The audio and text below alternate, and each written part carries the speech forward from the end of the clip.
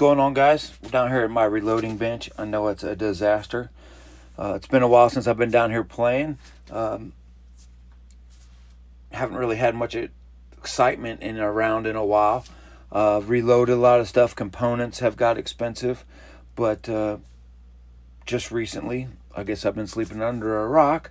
I found out about a company called KAK. I've heard of them before, but I didn't know they were into making any kind of specialty rounds or wildcat rounds.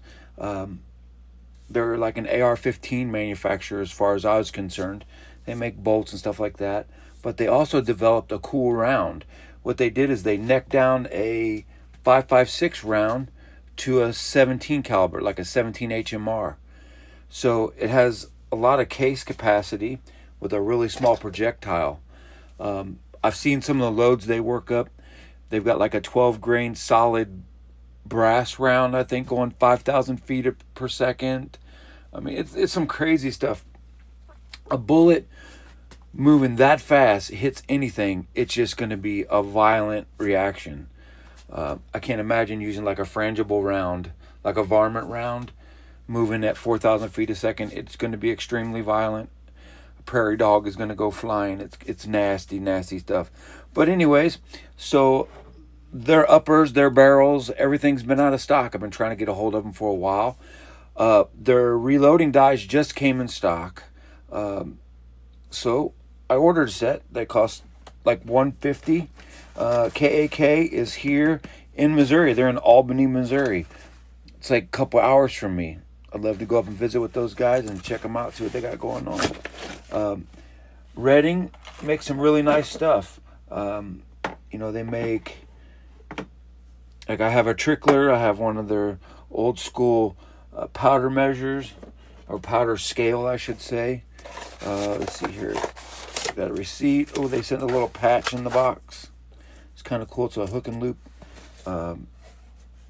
cotton patch. It's embroidered. It's pretty cool. Let's see here what the paperwork says. Just the name and the price. $150 straight up. It's a pretty good deal. It's kind of expensive for a couple dies. Let's take a peek at them. Most of the dies I use are Lee, and I use them on an old turret machine, and they'll come with like a full-length resizing, decapping, a powder or a crimper that allows you to measure powder through it, and a bullet seeder and a crimper. Okay, so that's kind of how this is set up. And you buy these little turrets, and you can turn them by hand, or you can crank the lever and they'll go one at a time and they'll turn around in the reloading machine. But with this, let's see here, it comes with a nice little plastic case, and it comes with some instructions. Tells you about your dies, how to set them up. It's got a little holder on top to hold your dies, and I guess that's on the other. Yeah, your dies can hold on this side, and then you can put cases on top of here or whatever.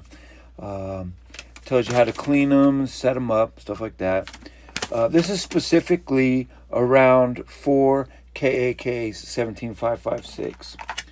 So it comes with a sticker and a couple dies here. They don't look like they're carbide, I don't know, but they're definitely steel. There's no rust on them.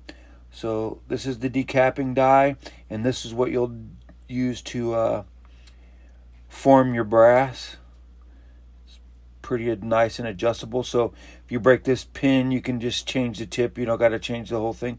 They do it a little different than Lee. Lee's goes all the way through and has a collet in the top that crimps down.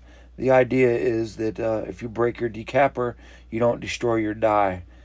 It's got a seating ring.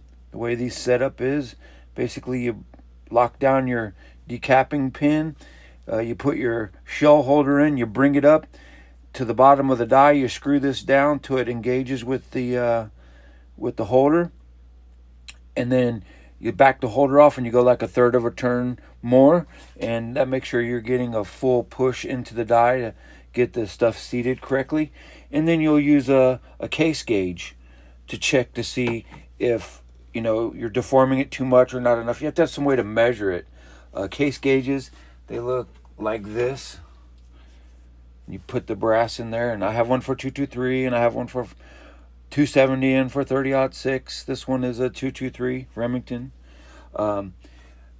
KAK makes one for their stuff too. It's through L.E. Wilson. I have a lot of Wilson stuff. They make great trimmers and things like that.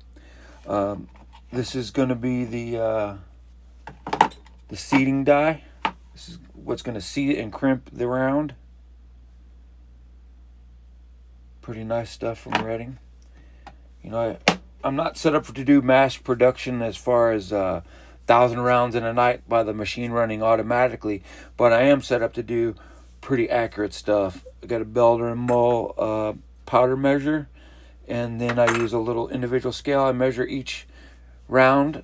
I press one round, I check it, I do all my things the way I do it, and I have pretty good success with reloading. And I'll reload, 1,009, 1,000-5.56, a few hundred of 30-06 and 270, and now 5.56, 17-5.56. I'm excited about this. I've already got 3 boxes of projectiles. Can't wait to get my hands on some of those 12.5 grain solids that KAK makes at their factory. But more so, I can't wait to get a hold of the new upper. I'm going to buy an upper. I'd like to buy the whole gun. Hell, I'd like to go out and visit those guys. They're only a couple hours from me, and see what they got going on and pick a gun up is what I'd really like to do. Who knows what can happen in this world, but regardless, we're going to be ordering at minimum an upper. We're going to get the 18-inch upper, and we're going to go from there. So I'll keep you guys posted with what I find with it. And until next time, guys, we'll see you soon.